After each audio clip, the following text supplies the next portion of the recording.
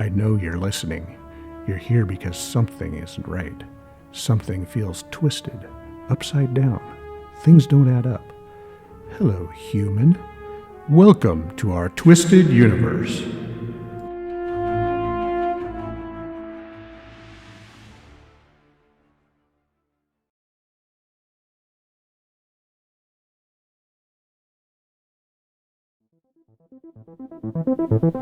Today we will be examining the life of author Mieke Benton, who has experienced ET abductions since she was a small child.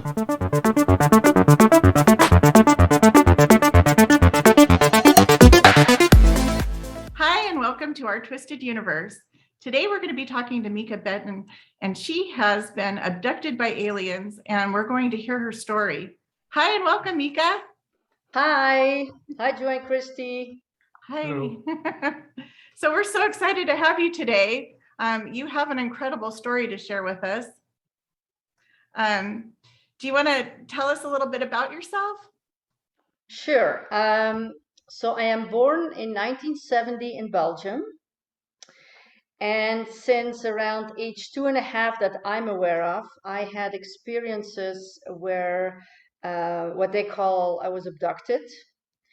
And I can share with you what I experienced. I myself have way more questions than answers. I want to say that up front.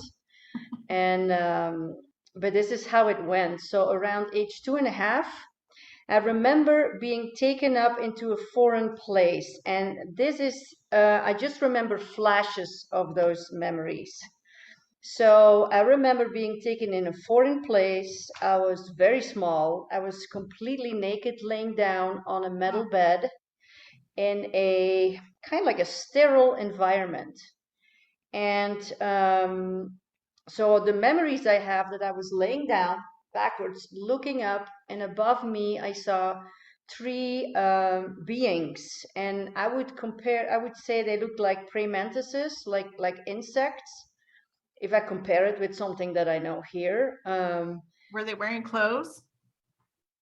no, not no. That was they had like triangle faces, big eyes. They had their arms were like stalks, um, with claws, choppy movements we don't do as human beings. So that was very scary for me. I was terrified to the bone.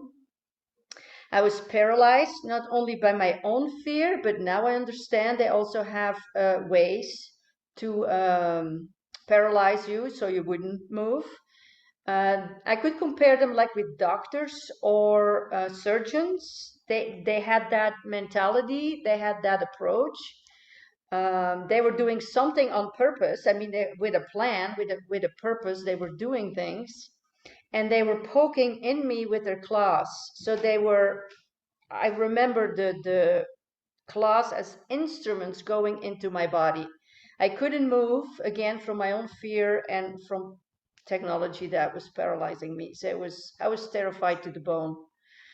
And I also do remember there were other beings smaller that were below the table, but because I was laying up, I couldn't move. I was not able to turn my head, that I remember, and looking down, but I could feel and hear all these other beings, smaller ones, moving around around the table.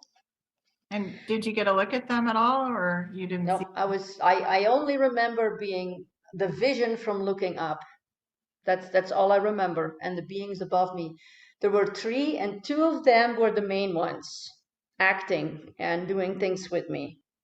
So these flashes I remember during my childhood years, during my teenage years, and then the next thing I remember, I am waking back up. I'm in my bed. I even remember one time I was completely on the other side of the bed that I went to sleep in, so I was turned around completely. And I was back, and I had those flashes, so I knew I was coming from there, and I knew I was back at home. And then, besides the trauma of the experience, what was even more traumatic for me was that I had to come up with a plan what to do next. And I was like, what shall I do? Strategy thinking. And I was very small. So I thought I can scream for my parents to come to my room, that was one option I chose, which I often did when that happened. But sometimes I want to scream and no sound came out too, because I realize now that sometimes I'm not completely entered in my body yet, and I couldn't move my body yet. So my soul was back in, but I wasn't activated yet, which was scary in itself. Wait. So you're saying you were in your bed?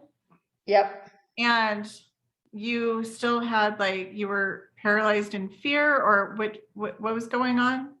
Well, in that thing, when my soul comes back into my body, I can't move my body yet. So it's like I am aware I'm back, but my body is still paralyzed. And it's like, in the beginning was very freaky. I'm trying to move my head left and right. I couldn't. And then all of a sudden it kicks in. So during the years, as I grew older, I realized if I don't freak out and I stay calm, my body will activate itself again soon.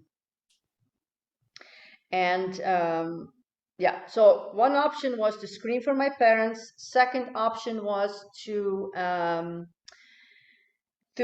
think very loud, so I distract myself from the experience, like I wouldn't think about it, with my cover over my head. And the third option was to run to my parents' room that was on the other side of the hallway. But often I did not choose that because the hallway was very dark and I experienced beings there many times, ghosts or entities that scared me. And a lot of the times I didn't dare to walk through the hallway.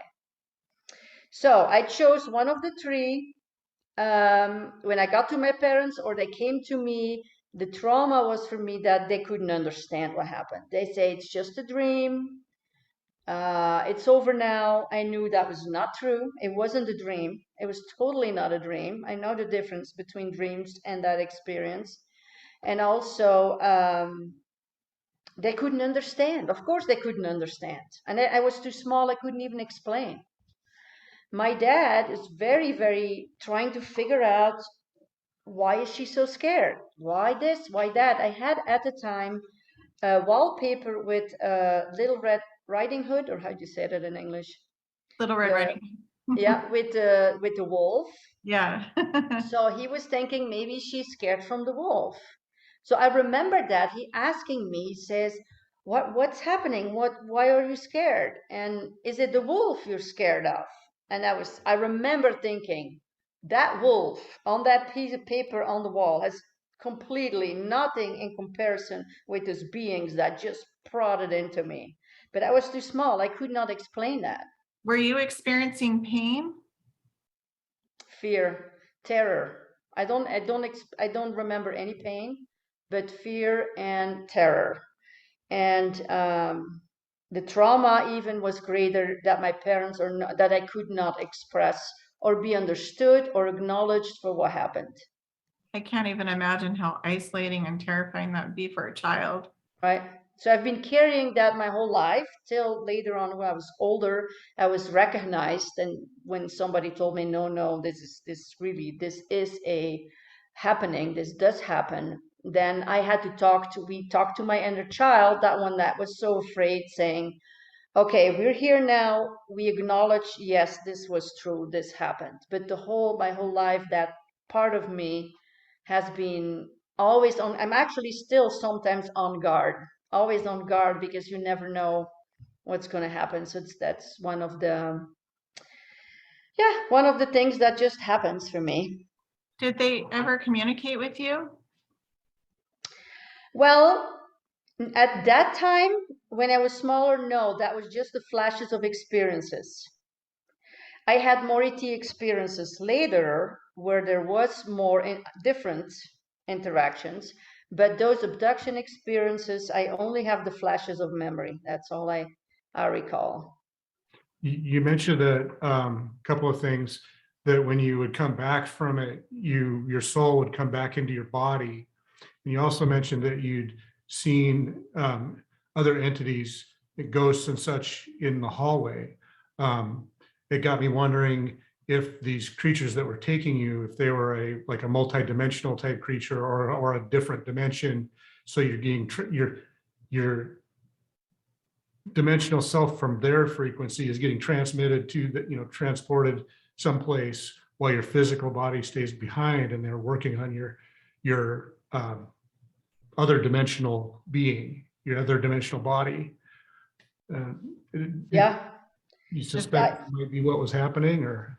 I have no idea. I don't have answers. It does make sense what you're saying. Definitely, I believe we are all multidimensional, and these are multidimensional experiences. Totally. How that works, I have no idea. I don't have the mechanics of it. That I wonder about that too. How does that work? How do they do that? All these questions that are unanswered to me. I do know it happened. I do know it was very real in my experiences. And I'm very curious to learn more about how it all works. Have you ever considered doing like hypnotherapy with it, or have you done that in the past? I have like tried 2 times, and there is a part of me that wants to stay in control.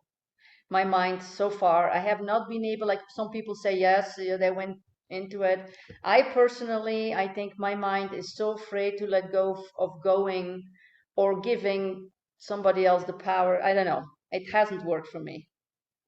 Well, I mean, given all the experiences you've had, I don't doubt that it's a struggle for you to trust, and you're not exactly sure what all is going to open up either. Right. And and I hear other people's stories of going through hypnosis and things like that. Personally, I don't know if I have to. I don't have like I need, I have many questions, but I trust the unfolding of my life very much. So I have many experience after that. I will share it with one about when they were working on my back, and that was very painful. And what I did about it, I can share that with you. Sure, that would be. How old were you when this happened? When that one happened, I was in my mid-20s, 26 or something like that. 26, 27, somewhere like that. I was living by myself in a home in Belgium. And then I was doing alternative healing classes once a week. And those classes is actually one of the ways how Paul and I came together. He from America and I was in Belgium.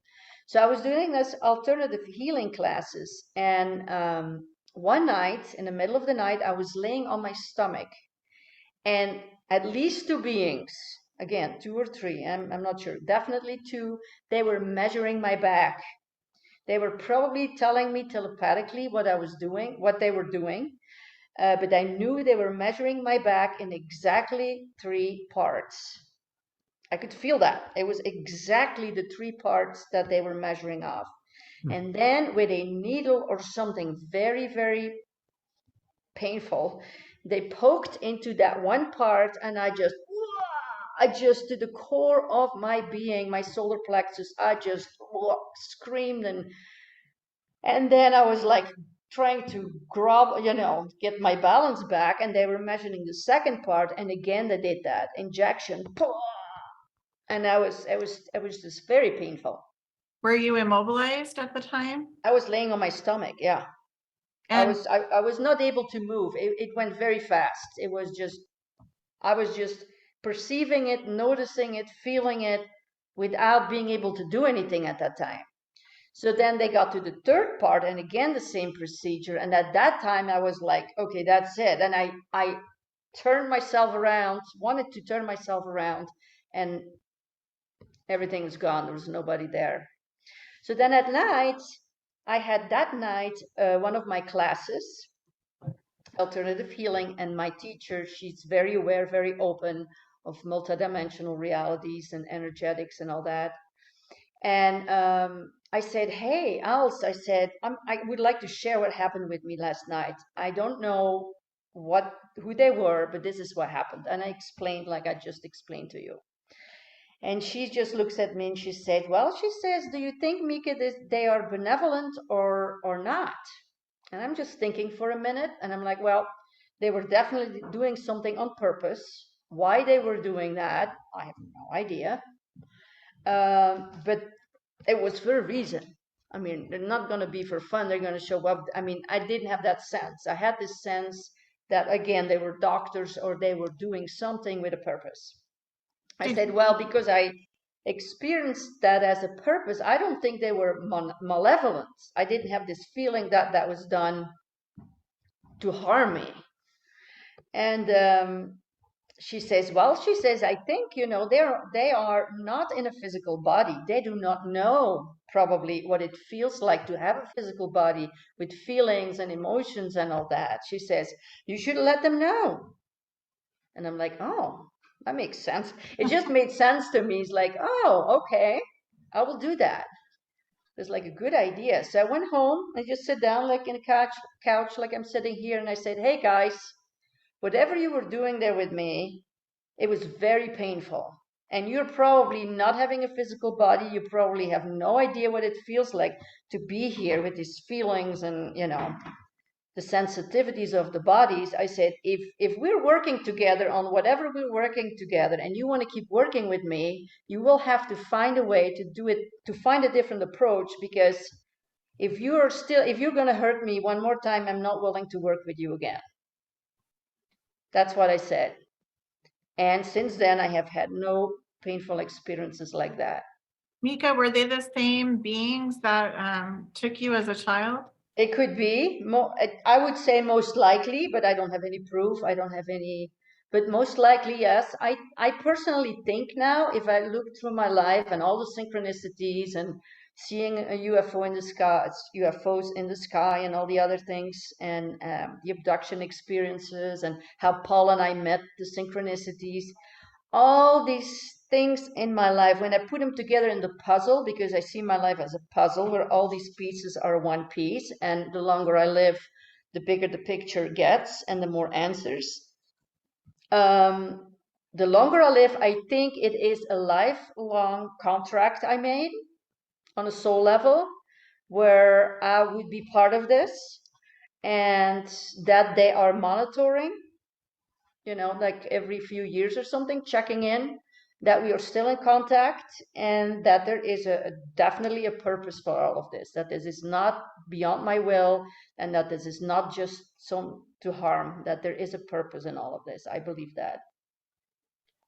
When was the last time you had an encounter with them? Well, I believe it's still happening. I do have also, when it happens, I started to learn there is like a sound vibration connected with it. It's like a buzzing in the ears. I start to recognize when it starts to happen. And I would say over my whole life, I would say at least once every 2 years, something like that. Oh. More when I was younger. I would say between the age of 2.5 and 11 or 14. 14 divided by 2 is 7. Maybe something like that. Maybe a little bit more when I was younger. But the older I get, I would say once every 2 years or something. When you were younger, was it always the surgical table type scenario and the poking? Yep. I do have other recall. But I really don't talk about that one much because I have even less information about that. Being drugged. I remember being drugged, and I think that might have to do with military projects, and I don't have any proof, but I hear that those exist, and I do remember situations where I recall, and no ETs, I don't say these are ETs, these are more like people in projects, and I recall people coming to me and just holding me, and I see the needle, and I know the next thing my consciousness will be gone. I do not relate those immediately to those abduction experiences, but again, I don't have I don't have many answers, but I do remember the experience, and that happened several times in my younger years as well. I don't have them now, but when I was younger. Do you think that the government and the ET were working together on that? There must be, yeah, I think so. There must be a relationship. I personally think that the ET in itself, from my experiences, even if it was traumatic, that the true ET purpose is benevolent. That's my feeling. But that there might be programs with reverse technology being used, ET technology, and maybe some ETs captured, I don't know, but that there are military projects that were not that benevolent. That's my personal conclusion from the few experiences that I personally have encountered. But again, more questions than answers. That's incredible. So how do you think this has changed your life as a whole? Well, it has made my life not easy. Right. I had how do I say that?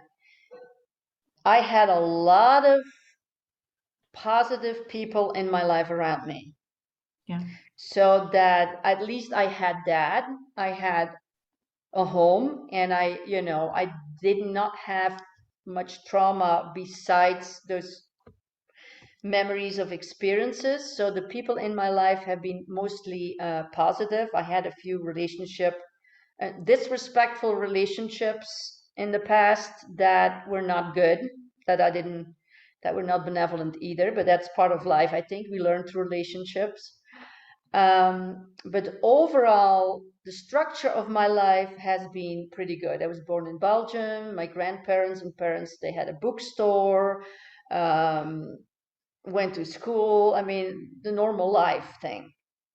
Then, I met Paul. That was a very synchronistic event. I'm very thankful we came together. It's since we came together that we realized we both had ET experiences. So we didn't even talk about these things before with people. That's the interesting part.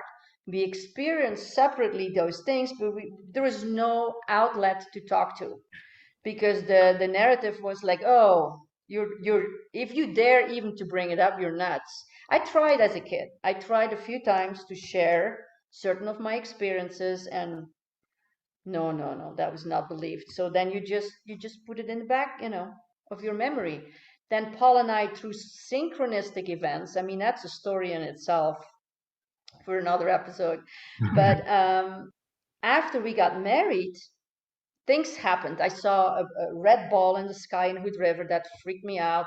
And that started the conversation with Paul and I. And then we started realizing, oh, wait, you had that experience, I had that experience. So as we lived together longer, we realized that more and more of our stories came up, and that we both had those experiences. So that was another very thankful thing for me, to have Paul, who's also in experiences, that we can talk to each other about it.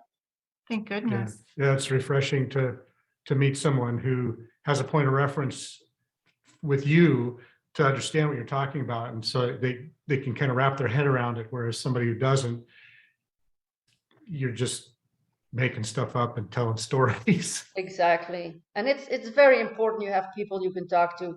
That's one of the reasons why we wrote and write our stuff, our experiences down in a book that's soon going to come out, because the purpose for writing them down is like, hey, we experienced that. We can talk about it. And if other people see that we dare to talk about it, and that we are available to talk about it too, then that opens up other possibilities for other people. They can start sharing theirs. And the conversation can start where it has been silenced for, I would say 1947, since the Roswell thing, there's been an agenda to silence people to talk about it, because it's true, it happened.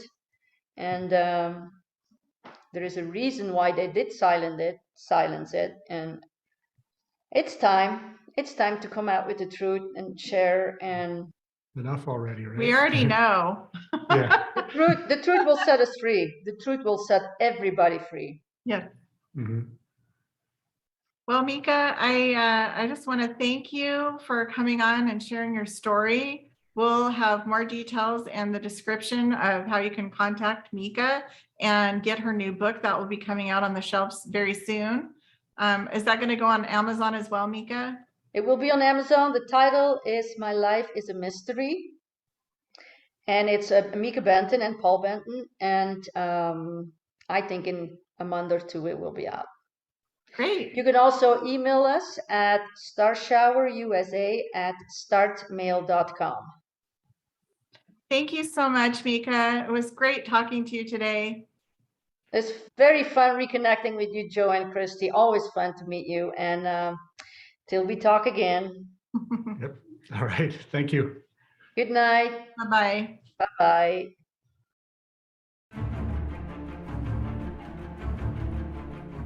Thank you for watching.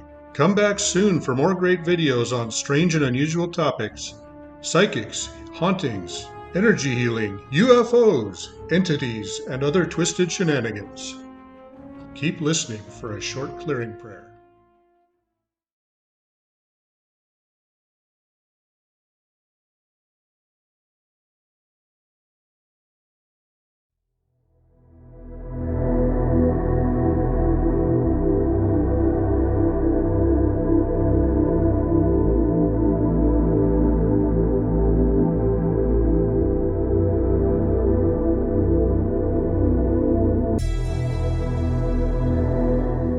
We welcome all higher dimensional beings, archangels, and spirit guides in love and light. We speak to you from our heart to the Creator being. We are shrouded in light and love and are protected. We release any attachments or agreements that are not in our highest good and greatest good. We ask you to go in peace. The Creator welcomes you. You are healed and forgiven, lifted and enlightened. You are healed and forgiven, lifted and enlightened. You are surrounded with the Creator's light and love, safe to leave and ascend to your highest good. We ask the divine beings to help you move into your perfect place. Go in peace and love.